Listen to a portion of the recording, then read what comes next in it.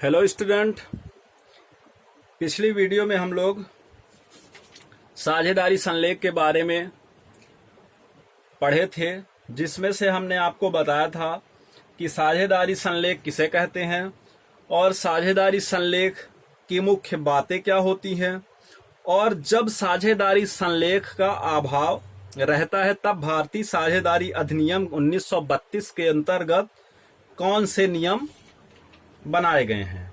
ठीक है, अब देखिए आज की इस वीडियो में हम लोग उसी के आगे पढ़ेंगे साझेदारी संस्था की पुस्तकों में हिसाब के लेखे। यानी कि जब भी साझेदार आपस में किसी व्यवसाय को करने के लिए सहमत होते हैं तो सबसे पहले वो क्या कार्य करेंगे कि व्यवसाय को शुरू करने के लिए सभी साझेदार पहले से ही निर्धारित कर लेंगे कि हम मान लीजिए 3 साझेदार हैं तो वो तीनों आपस में ये सुनिश्चित कर लेंगे कि कौन सा साझेदार कितनी पूंजी व्यापार में लगाएगा। तो उसी पूंजी को अगर व्यापार में लाया जा रहा है साझेदारों द्वारा तो उसके लिए क्या होना चाहिए, हिसाब किताब होना चाहिए। तो देखिए, मान लीजिए कोई व्यापारी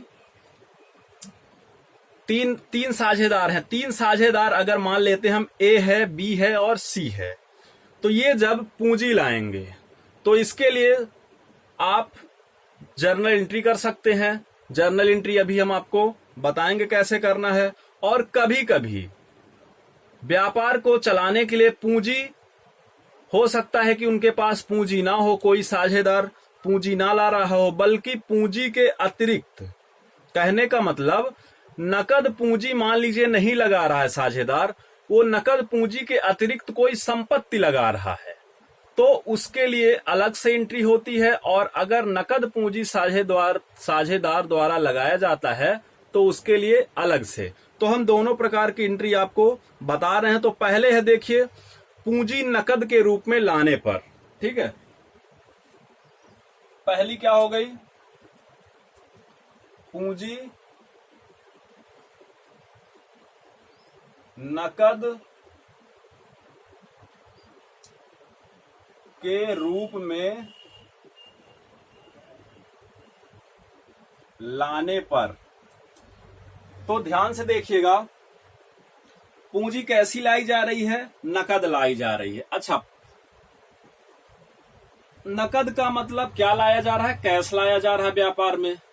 अब आप ध्यान से समझेंगे कि कैश हमारा डेबिट में जाएगा या क्रेडिट में जाएगा। तो देखिए, कैश हमारा किस खाते में आता है, कैश हमारा वस्तुगत खाते में आता है। ठीक है, ये रियल अकाउंट में आता है। तो देखिए, हम पिछले साल रूल पढ़े थे 11th क्लास में कि व्यापार में आने वाली वस्तुओं को क्या करते हैं, डेबिट करते हैं। तो व्यापार में आ क्या रहा है, कैश, जो कि वस्तुगत खाता है। तो कैश अकाउंट डेबिट। अब ला कौन रहा है, 3 साझेदार ला रहे हैं, तो वो पूंजी किनकी मानी जाएगी, तीनों साझेदारों की मानी जाएगी। तो उनके खाते को क्या किया जाएगा, धनी किया जाएगा, यानी कि क्रेडिट किया जाएगा। तो लिखेंगे to A capital account, to B capital account, to C capital account. ठीक है, अब इसका नरेशन लिख दीजिए। Being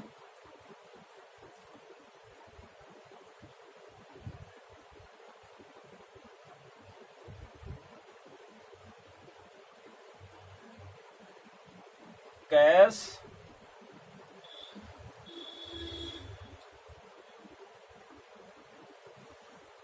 bot by partners. ठीक है, कैश की जगह आप कैपिटल लिख दीजिए, क्योंकि क्या लाया जा रहा है, पूंजी लाई जा रही है। लाया कैश जा रहा है, लेकिन किस रूप में, पूंजी के रूप में, क्योंकि वो व्यवसाय को क्या कर रहे हैं, शुरू कर रहे हैं।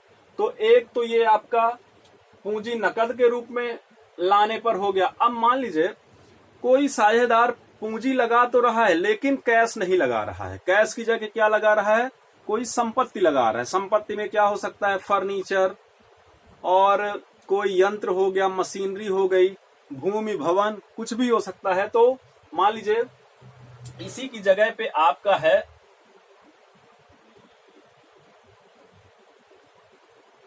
संपत्ति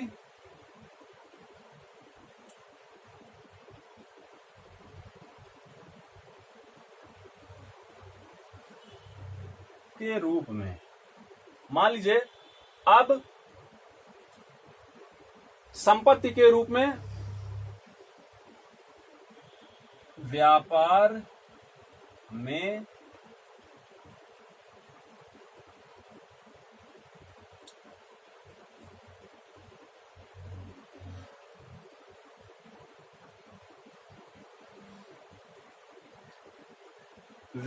में संपत्ति के रूप में पूंजी लगाने पर इसकी एंट्री क्या हो सकती है। तो देखिए आप यहां पे हो सकता है कि आप क्या ला रहे हैं, जिस चीज का व्यापार करना है तो स्टॉक ला रहे हैं या कि एसेट्स ला रहे हैं, ऐसा भी हो सकता है। तो ये आपका कहां जाएगा, ये आपका डेबिट में होगा। अब देखिए अभी भी 3 साझेदार हैं, तीनों साझेदारों का नाम आ जाएगा सेम उसी तरह, to A capital, to B capital, to C capital. लिख दीजिए to A capital, to B capital, to C capital. और नरेशन में लिख दीजिए being capital bought by partners form of assets. यानी कि संपत्ति के रूप में वो क्या लगा रहे हैं, पूंजी लगा रहे हैं। ठीक है, तो ये तो आपको जर्नल एंट्री करना है। अब देखिए अब इस जर्नल एंट्री के बाद हम लोग क्या समझेंगे कि पूंजी खाते रखने की कौन कौन सी विधि हो सकती है। तो देखिए पूंजी खाते 2 तरह से रखे जाते हैं। ठीक है, तो पूंजी खाते रखने की 2 विधियां हैं। 2 विधियां हैं। ठीक है, पूंजी खाते को 2 विधियों से रखा जाता है। अब देखिए पहला स्थायी पूंजी खाता, इसको आप इंग्लिश में क्या बोलते हैं, फिक्स्ड कैपिटल अकाउंट। ठीक है, तो ये तो हो गई स्थायी पूंजी खाता। सेकंड नंबर देखिए अस्थाई। अस्थाई या इसी को आप बोल सकते हैं परिवर्तनशील।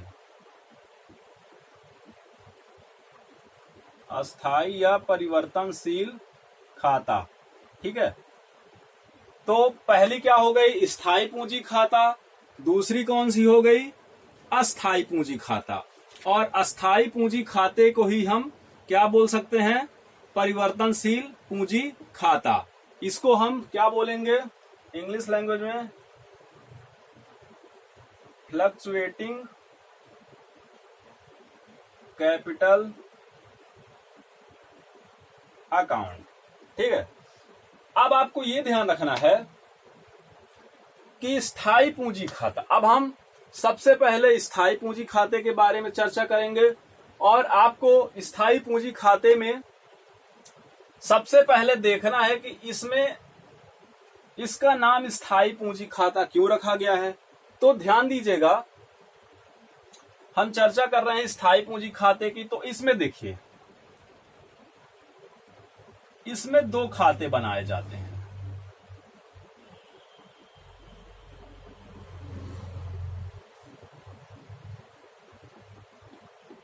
स्थायी पूंजी खाते में 2 खाते बनाए जाते हैं। क्यों बनाए जाते हैं? क्योंकि देखिए, जब व्यापार में साझेदार पूंजी लगाते हैं तो ये खाता उनका कैसा होता है? स्थायी होता है, जो कि चेंज नहीं होता। मान लीजिए अगर व्यापार चालू करने के लिए साझेदारों द्वारा जो पूंजी लाई जाती है, तो वो एक बार पूंजी यहाँ पे व्यापार में लगने के पश्चात वो चेंज नहीं होती है, यानी कि वो क्या रहती है? स्थायी होती है, जब तक कि साझेदारों द्वारा सहमत से उसको बदला ना जाए।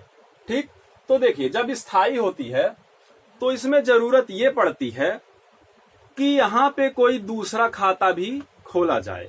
कहने का मतलब, स्थायी पूंजी खाते में केवल उनकी पूंजी से रिलेटेड बात होती है, लेकिन उनका जो और भी कार्य होता है, जैसे कि देखिए, साझेदारों द्वारा पूंजी तो लाई जाती है, लेकिन इसके अतिरिक्त भी और उनके रिलेटेड व्यवहार होते हैं उनसे संबंधित।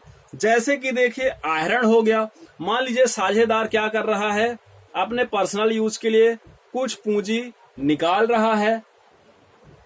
कहां से? व्यापार से। तो उसके लिए भी अलग से खाता होना जरूरी है, क्योंकि ये तो स्थायी पूंजी खाता है। इसमें केवल पूंजी का ही लेखा होगा और वो फिक्स रहती है, उसमें कोई भी चेंज नहीं होता है। और देखिए, आहरण हो गया, पूंजी पर ब्याज हो गया, आहरण पर ब्याज हो गया, वेतन या कमीशन आदि का लेखा भी किया जाता है। और इन लेखों को करने के लिए एक अतिरिक्त खाते की जरूरत पड़ती है, जिसको क्या बोलते हैं? साझेदारों का चालू खाता। ठीक है, तो देखिए, स्थायी पूंजी खाते में 2 तरह के खाते बनाए जाते हैं। तो पहला है साझेदारों का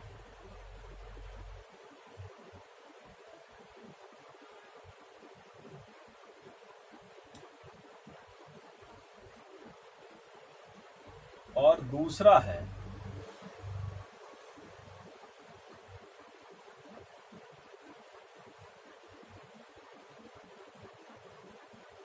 चालू खाता।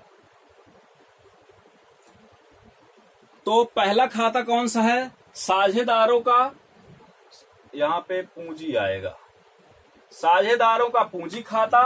और दूसरा खाता कौन सा है? साझेदारों का चालू खाता। ठीक है, अब देखिए, इस पहले खाते में क्या होता है? केवल पूंजी का लेखा होता है। मान लीजिए 3 साझेदार हैं, 50-50 हजार पूंजी ला रहे हैं, तो उनका अलग अलग पूंजी खाता बनाया जाएगा और केवल उसमें केवल उनके द्वारा लाई गई पूंजी का ही लेखा वहां पे किया जाएगा, ना कि उनके द्वारा सैलरी प्राप्त करने पे, आहरण पर ब्याज देने पे, इन सब का लेखा वहां पे नहीं किया जाता। इन सब का लेखा करने के लिए कौन सा खाता खोला जाता है? साझेदारों का चालू खाता। तो आपको ये ध्यान रखना है कि साझेदारों का जो पूंजी खाता होता है, उसमें केवल साझेदार द्वारा लाई गई पूंजी का ही लेखा किया जाता है और किसी भी व्यवहार का इसमें पूंजी के अलावा लेखा नहीं किया जाता। ठीक, अब देखिए, साझेदारों का चालू खाता क्या होता है? तो प्रत्येक साझेदार के लिए एक अलग से चालू खाता खोला जाता है। इस चालू खाते में उस साझेदार से रिलेटेड प्रत्येक व्यवहारों का लेखा किया जाता है। फॉर एग्जाम्पल, पूंजी पर ब्याज, आहरण पर ब्याज, सैलरी हो गई, कमीशन हो गया, प्रॉफिट एंड लॉस आदि का लेखा भी किया जाता है। ठीक है, और चालू खाता का शेष जो है वो बदलता रहता है और स्थायी का क्या होता है? वो फिक्स रहता है, वो बदलता नहीं है। तो आपको ये ध्यान रखना है कि पूंजी खाते रखने की दो विधि होती है। कौन कौन सी? स्थायी पूंजी खाता और परिवर्तनशील पूंजी खाता। ठीक है, अब देखिए पहले पार्ट को हम अगर पढ़ें स्थायी पूंजी खाता का, तो स्थायी पूंजी खाते में दो खाते बनते हैं, साझेदारों का पूंजी खाता और साझेदारों का चालू खाता। तो पहले खाते के प्रकार की बात तो हमने कर ली। अब आते हैं हम लोग परिवर्तनशील पूंजी खाते में। ठीक, तो देखिए परिवर्तनशील पूंजी खाता क्या होता है।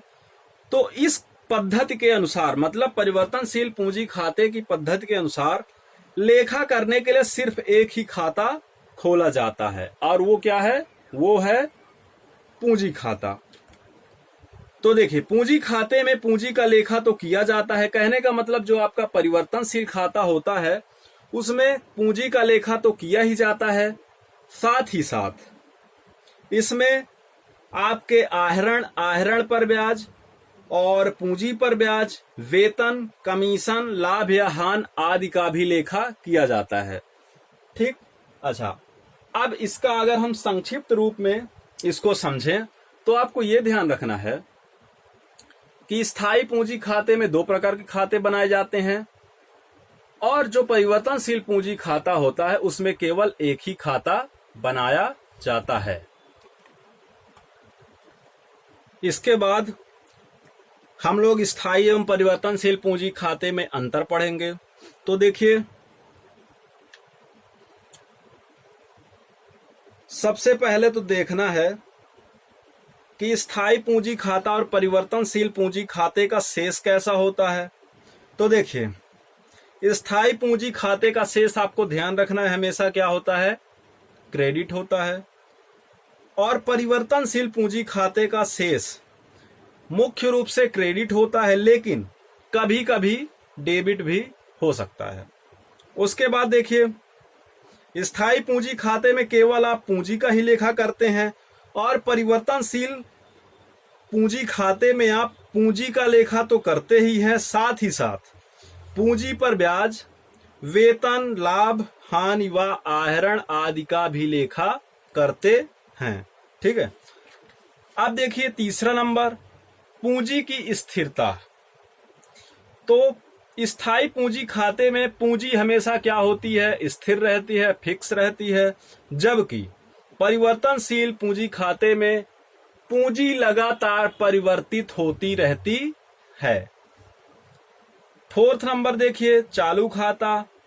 इस प्रणाली में मतलब स्थायी पूंजी खाते में पूंजी खाते रखने के लिए चालू खाता अलग से खोलना पड़ता है, क्योंकि स्थायी पूंजी खाते में दो खाते खोले जाते हैं, और परिवर्तनशील पूंजी खाते में कोई भी अलग से खाता खोलने की आवश्यकता नहीं होती है।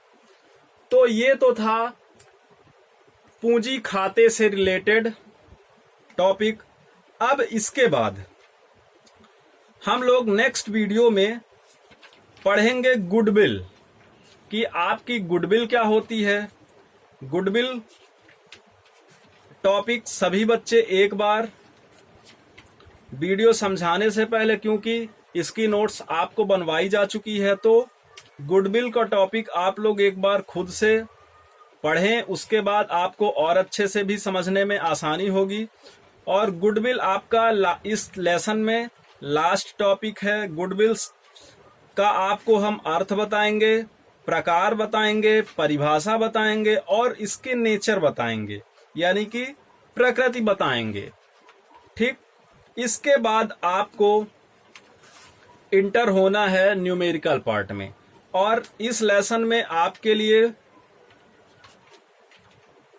44 क्वेश्चन हैं, जिसमें से आप लोग एडवांस में एग्जाम्पल्स लगाते रहिए, एग्जाम्पल से समझने का प्रयास करिए, क्योंकि